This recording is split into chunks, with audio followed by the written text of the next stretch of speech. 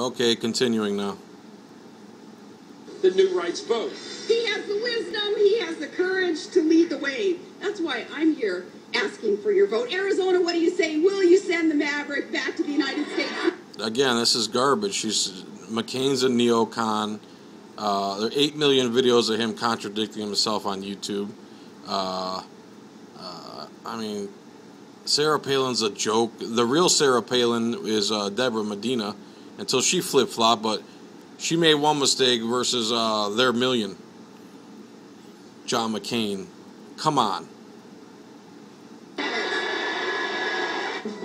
Enlisting both the Palin and others on the new right, their words and language are not necessarily all that new. Let's get it together, Tea Party America. Let's take back our country. We are ready to take our country back. Coming up.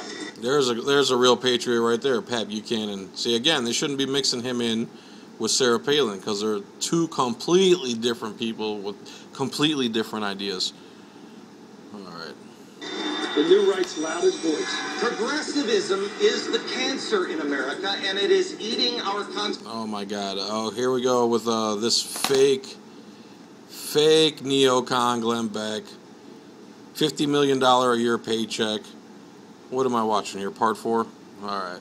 So they're going to come back with this criminal now. He's I don't know who he's working for, but it ain't you guys. And anyone that buys into this crap, he basically watches Alex Jones and then just does a show based on that and leaves out the parts like FEMA camps, 9/11, the IRS being a fraud, a legal entity that should not exist, should not have the authority they have no constitutional basis to have that authority.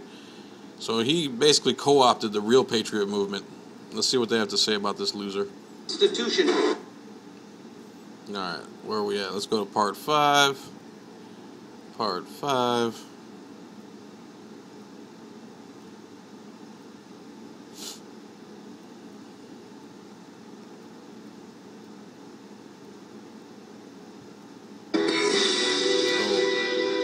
That's part 6. The new right has one big advantage over right-wing movements of the past, the internet. There's part 5. Sorry about that. 2 more parts. Stick with me.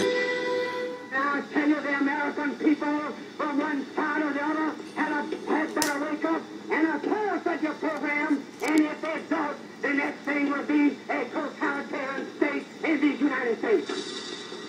The language of the American right has not changed much over the past century. We'll preserve for our children this, the last best hope of man on earth, or we'll sentence them to... Ronald Reagan was the closest mainstream politician to what we believe in probably in the last 50 years. Take the last step into 1,000 years of darkness. They present an idealized sense of America in great jeopardy, one that needs to be defended, not just from outsiders. So here we go again with this this propaganda. They're showing pictures of all these people, like they're showing a picture of Ron Paul and Sarah Palin. Again, those two people have nothing in common. They're showing Charles or Robert Coughlin, and they're showing people from 50, 60, 70 years ago. These are all different people with different ideas. I mean, there's the good ones and then there's the bad ones. There's the good ones like Ron Paul and Jones and Tarpley and Ray McGovern, and then you got your fake ones, your Gingrich and your Sarah Palin and your Bushes, and those are not patriots, those are not right-wingers, those are neocons, and they're more like Democrats or socialists. They're all one-worlders, basically, internationalists. But from traitors in our midst. I wish the American media would take a great look at the views of the people in Congress and find out. Michelle Bachmann's another halfway decent mainstream politician that I think is for the people. Are they pro-America or anti-America? Congresswoman Bachmann echoes the wild charges that were flung in the early 1950s by Senator Joseph McCarthy. Even if there are only one communist in the State Department, that would still be one communist too many. Even if there was one communist in the State Department, that would be one communist too many. Where's the problem with that statement, Chris? I'd love to hear your answer. Why should there be communists in our government? We are a constitutional republic. I know I keep repeating that, Chris, but you just seem to be really stupid or just working for somebody else. Our job as Americans and as Republicans is to dislodge the traitors from every place where they have been sent to do their traitorous work. The roots of the New Right lie in the anti-communist conservative groups of the 1950s. Fundamentalist preacher Billy James Hargis's conspiracy-minded Christian crusade was broadcast on hundreds of radio and TV stations. I have just signed a contract with one of the biggest record companies in America. Again, I have no idea who this guy is. I don't know how he relates to what's going on now. It's not even in color. That's how old it is, and I don't know. He's really reaching here. I'm producing 3 anti-communist albums for them in the next 12 months for national distribution. And in the late 1950s, a group of citizens banded together to weed out communists from American society. The John... Oh my God, what's wrong with that? To weed out the communists. I'm sorry, Chris, if we want your people out of here. You know? Birch Society, named after an American missionary killed by Chinese communists, also opposed civil rights and other liberal initiatives. In a 1961 appearance on Meet the Press, also oppose civil rights. See, there you go with that false statement. They don't oppose civil rights, Chris. They oppose you telling private business owners what they can and can't do. You getting in the private, let me enunciate that for you, private lives of American citizens. That's what real civil rights are, Chris Matthews.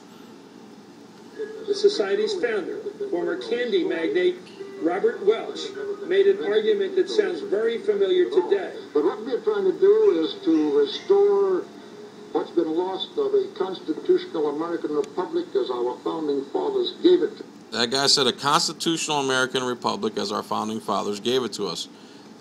Please, someone show me video of Chris Matthews, Maddow, Olbermann, or basically anybody nowadays that refers to our country and our form of government as a constitutional republic. 99% of the people you ask will say that we are a democracy. We are not a democracy. What's the difference? You want to know the difference? Because I had to learn the difference myself. The difference is a democracy is 2 wolves and a sheep voting on what to have for dinner. Obviously, the 2 wolves are gonna vote for the sheep to be eaten. That's a democracy, majority rule. So 51% of the people say it's okay to murder black people.